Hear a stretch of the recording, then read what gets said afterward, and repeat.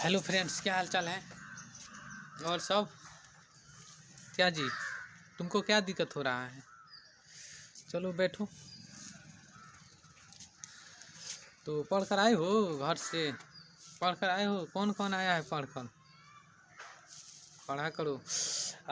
तो हम कहाँ तक बताए थे जी। अम्ल अम्ल बता दिए थे ना, अम्ल का प्रकार भी बता दिए थे। आज हम लोग देखेंगे रासायनिक आधार पर अम्ल और भस्म यानी क्षार में क्या क्या अंतर होता है। रासायनिक गुण, अम्ल भस्म के रासायनिक गुण क्या देखेंगे जी। अम्ल और भस्म के रासायनिक गुण, अम्ल और भस्म के क्या देखेंगे, रासायनिक गुण। रासायनिक गुण के आधार पर, रासायनिक गुण के आधार पर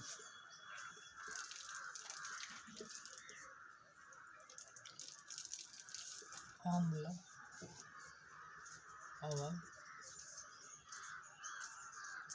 भस्म में अंतर, अम्ल और भस्म में अंतर। देखो जी, रासायनिक गुण के आधार पर क्या पढ़ेंगे, अम्ल और भस्म में अंतर। रासायनिक गुण के आधार पर अम्ल भस्म और क्या पढ़ेंगे, अम्ल और भस्म में अंतर पढ़ेंगे। तो ध्यान से देखो जी, पहला अंतर आता है अम्ल धातु से अभिक्रिया करता है। तो अम्ल धातु से अभिक्रिया करता है तो क्या बनाता है जी, लवण प्लस हाइड्रोजन गैस। कोई दिक्कत जी।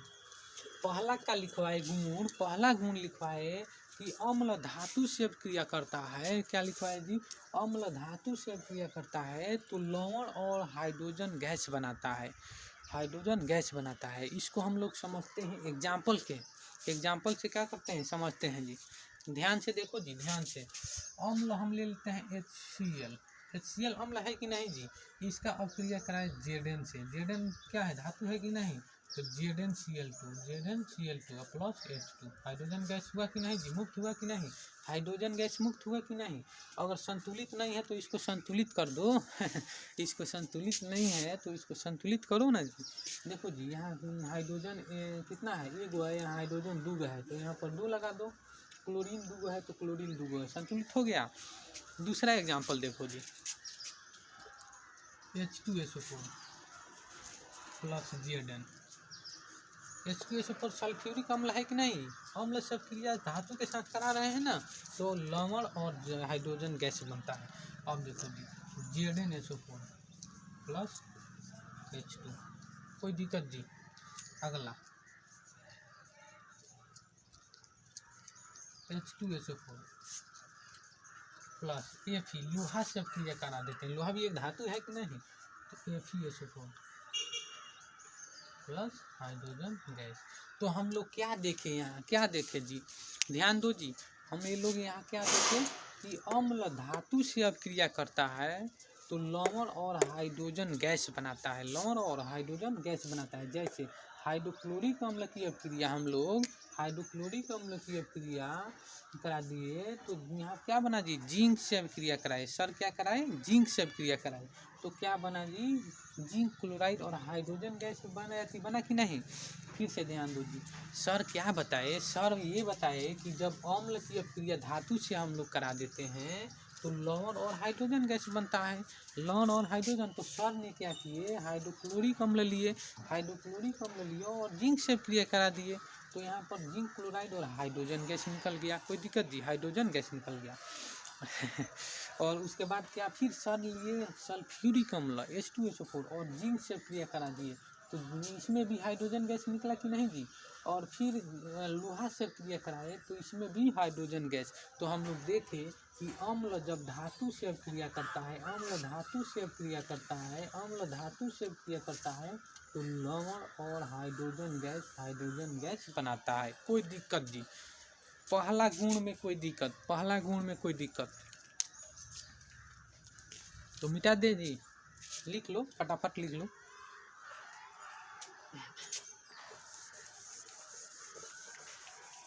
पहला गुण में कोई दिक्कत जी, रासायनिक अब क्या है जी, रासायनिक गुण के आधार पर अम्ल में अंतर, कोई दिक्कत। दूसरा देखो जी,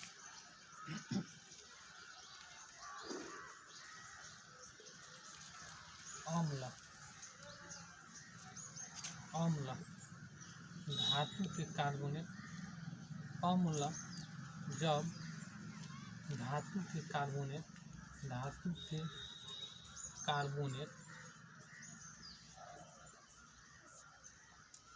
या हाइड्रोजन कार्बोनेट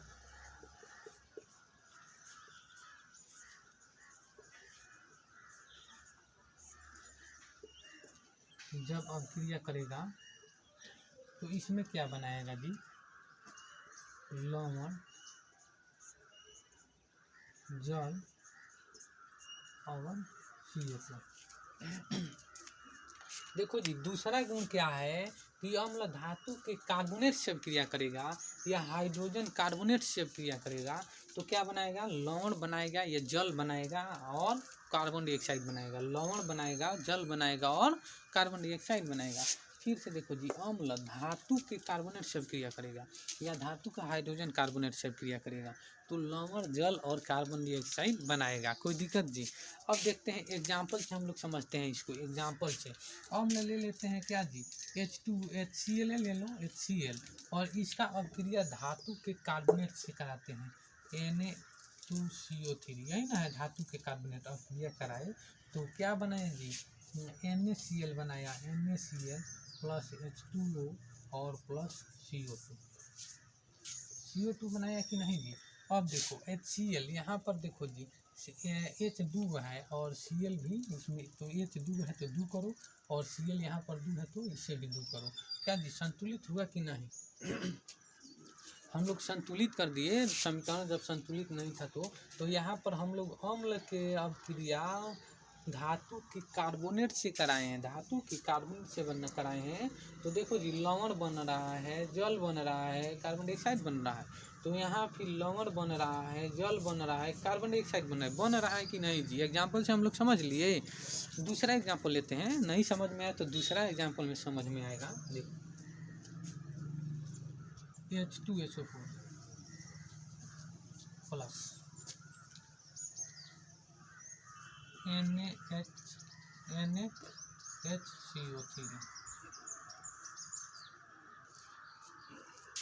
अब देखो जी, Na2SO4 plus H2O plus CO2 बना कि नहीं जी। अगर संतुलित नहीं है तो हम लोग संतुलित कर दें, यहाँ 2 लगा देते हैं।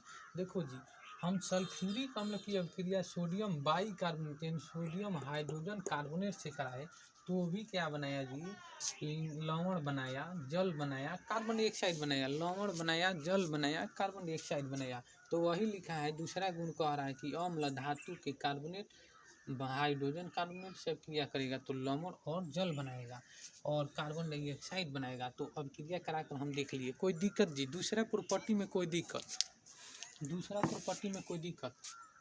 अगला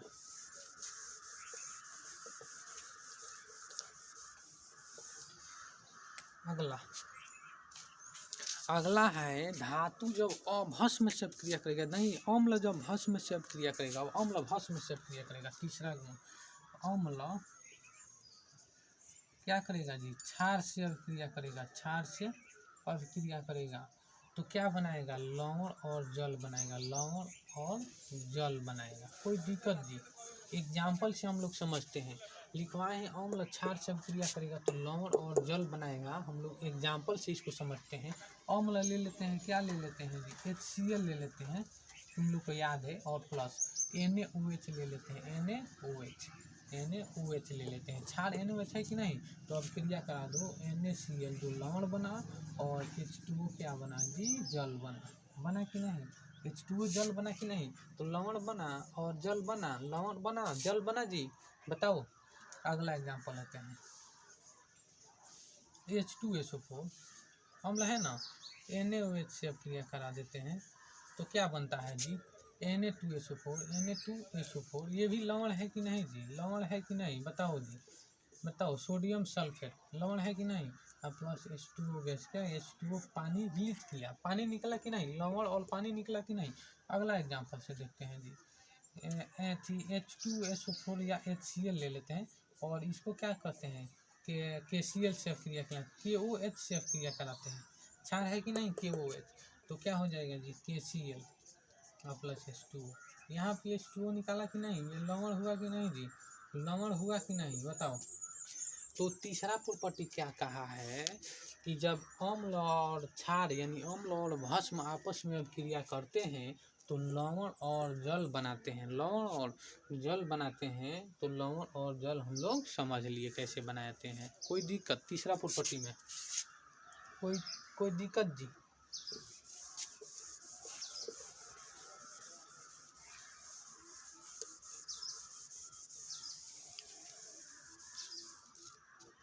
अब देखते हैं जी धातु के ऑक्साइड। अब चौथा गुण देखते हैं, चौथा गुण इसका है, चौथा गुण।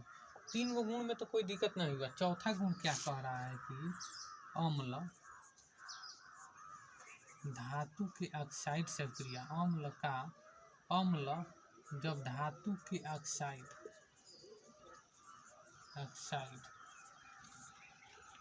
से अक्रिया करेगा तो क्या बनाया जाएगी, लवण और जल बनाएगा। कोई दिक्कत नहीं। लिखा है कि अम्ल धातु के ऑक्साइड से क्रिया कराएगा तो लवण और जल बनाएगा। एग्जाम्पल से हम लोग समझते हैं, अम्ल ले लेते हैं HCl और धातु के ऑक्साइड क्या लेते हैं ZNO। कोई दिक्कत जी, तो ZnCl2 प्लस H2O। संतुलित नहीं है तो संतुलित कर देते हैं, यहाँ 2 लगा देते हैं। अब देखो जी ये लवण हुआ और ये जल हुआ, कोई दिक्कत जी, कोई दिक्कत। तो धातु जो है अम्ल है HCl ले लिए। अब कहा है धातु के ऑक्साइड ZNO, पता है ना जी। अब करेगा क्रिया तो लवण और जल बनाएगा, लवण और, तुमको समझ में आ रहा है जी, समझ में आ रहा है ना। हाँ तो समझो, अच्छा से समझो, फिर अभी हम पूछेंगे। तो लवण और जल बना रहा है। अगला एग्जाम्पल लेते हैं, HCl प्लस CuO, तो CuCl2 प्लस H2O। ये लवण बनाया जी, लवण बनाया, ये जल बनाया। बताओ जी, अगर संतुलित नहीं है तो संतुलित कर दो, कोई दिक्कत नहीं, कोई दिक्कत। एक और एग्जाम्पल से देखते हैं, अगर समझ में नहीं आ रहा तो हम बार बार एग्जाम्पल देंगे। एक और एग्जाम्पल देखते हैं, H2SO4 अम्ल है ZnO से क्रिया करा दो इसको, तो ZnSO4 प्लस H2O। ये क्या है जी, लवण है जी, ये जल है, बताओ जी। कोई दिक्कत, वही लिखवाए हैं, अम्ल धातु के ऑक्साइड क्रिया करता है तो लवण और जल बनाता है, लवण और जल बनाता है। अम्ल से क्रिया धातु के ऑक्साइड से करा दिए, लवण बनाया, जल बनाया। इसमें भी क्या किए, अम्ल के साथ धातु के ऑक्साइड से क्रिया करा दिए तो लवण बनाया, जल बनाया। इसमें भी क्या किए, सल्फ्यूरिक अम्ल में धातु के ऑक्साइड ZnO से क्रिया कराए तो लवण बना, जल बना। इसमें कोई दिक्कत जी। 4 गुण बताएं। पहला क्या बताया जी, अम्ल धातु से क्रिया कर हाइड्रोजन गैस देता है, अम्ल धातु से क्रिया कर हाइड्रोजन गैस देता है। दूसरा बताए कि जो अम्ल है धातु के कार्बोनेट और हाइड्रोजन कार्बोनेट से क्रिया करता है तो लवण जल कार्बन डाइऑक्साइड बनाता है। तीसरा क्या बताए कि अम्ल जो होता है, चौथा बताए अम्ल धातु के ऑक्साइड से क्रिया करता है तो लवण और जल बनाए। और तीसरा क्या बताए थे जी, तीसरा देख लेना। चलो एक बात और यहाँ पर समझते हैं, देखो जी थोड़ा ध्यान दो। जो अगर हम लोग धातु है ना, धातु जब ऑक्सीजन से अभिक्रिया करेगा, ऑक्सीजन से अभिक्रिया करता है तो कोई भी धातु ले लो, धातु हम Zn ले लेते हैं जिंक। अब जब ऑक्सीजन से क्रिया किया तो क्या बनाया, ZnO। अगर हम क्या लें, Cu कॉपर ले ऑक्सीजन से क्रिया किया तो CuO बनाया, क्या जी। अगर हम ले लेते हैं, क्या ले लेते हैं, जिंक हो गया, कॉपर हो गया, और बताओ मैग्नीशियम ले लो, मैग्नीशियम जब ऑक्सीजन से क्रिया किया तो MgO बनाया, क्या जी। तो यह धातु से जब ऑक्सीजन अभिक्रिया किया तो ये जिंक ऑक्साइड बनाया, ये कॉपर ऑक्साइड बनाया, ये मैग्नीशियम ऑक्साइड बनाया। तो ये सब क्या हुए, धातु के ऑक्साइड हुए कि नहीं, धातु के ऑक्साइड हुए कि नहीं जी, धातु के ऑक्साइड हुए कि नहीं, धातु के क्या हुए, ऑक्साइड हुए, धातु के ऑक्साइड हुए। ये सब क्या हुआ जी, धातु के ऑक्साइड हुए। देखो जी, धातु में ऑक्सीजन है तो धातु के ऑक्साइड, धातु में ऑक्सीजन है तो धातु के ऑक्साइड, धातु में ऑक्सीजन है तो धातु के ऑक्साइड। अब थोड़ा ध्यान दो जी, यहाँ पर थोड़ा ध्यान दो। तो यही नोट में आता है, तुम लोग के एग्जाम में नोट में आता है कि धातु के ऑक्साइड, धातु के ऑक्साइड, धातु के ऑक्साइड, धातु के ऑक्साइड, धातु के ऑक्साइड भास्मिक होते हैं, यानी क्षारीय होते हैं।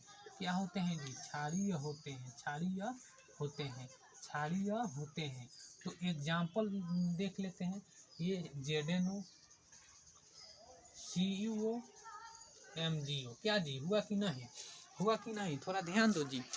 ये हुआ धातु के ऑक्साइड हुआ, धातु के ऑक्साइड क्षारीय होते हैं। जब धातु ऑक्सीजन से क्रिया किया तो जिंक ऑक्साइड बनाया, जब कॉपर ऑक्सीजन से क्रिया किया तो कॉपर ऑक्साइड बनाया, जब मैग्नीशियम ऑक्सीजन से क्रिया तो मैग्नीशियम ऑक्साइड बनाया। तो ये क्या हुआ जी, जिंक में जब ऑक्सीजन से संयोग हो गया तो ऑक्साइड होगा कि नहीं, तो वही होगा zinc oxide, copper oxide, magnesium oxide, हुआ कि नहीं जी। तो ये धातु के ऑक्साइड हुए कि नहीं, हुए ना, धातु के ऑक्साइड हुए। तो वही नोट में लिखवाए हैं, धातु के ऑक्साइड जो होते हैं वो क्षारीय होते हैं। धातु के ऑक्साइड क्या होते हैं जी, क्षारीय होते हैं। यहाँ तक कोई दिक्कत, यहाँ तक कोई दिक्कत, यहाँ तक कोई दिक्कत जी।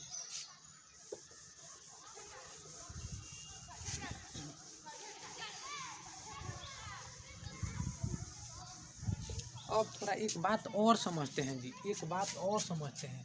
अगर अधातु ऑक्सीजन से क्रिया किया, अधातु, अधातु ऑक्सीजन से अभिक्रिया किया, ऑक्सीजन से अभिक्रिया किया,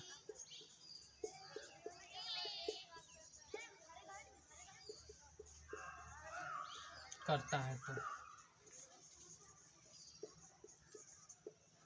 देखो जी, अधातु यानी जी अधातु क्या क्या हो सकता है, अधातु मान लो कि जितना भी गैस होता है ना, जितना भी गैस, वो सब अधातु के रूप में आता है। तो देखो जी, कार्बन क्या है, कार्बन ऑक्सीजन से क्रिया किया ना, कार्बन एक गैस होता है जी, कार्बन, तो CO2 बनाया।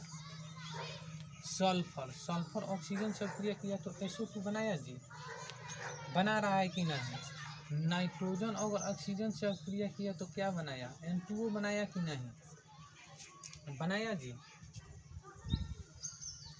बनाया जी, बताओ, कोई दिक्कत जी, यहाँ तक कोई दिक्कत।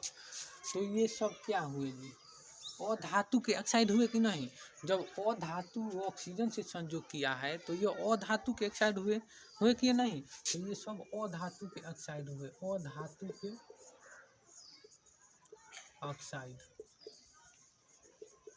अधातु के ऑक्साइड।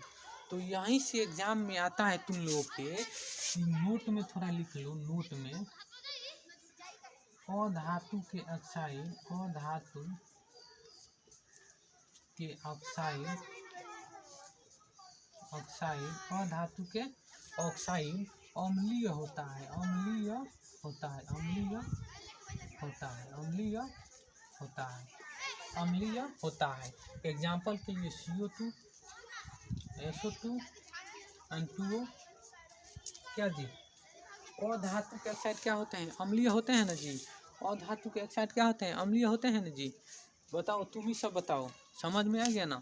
धातु के ऑक्साइड क्षारीय होते थे और धातु के ऑक्साइड अम्लीय होते हैं। यहाँ तक कोई दिक्कत थी सबको।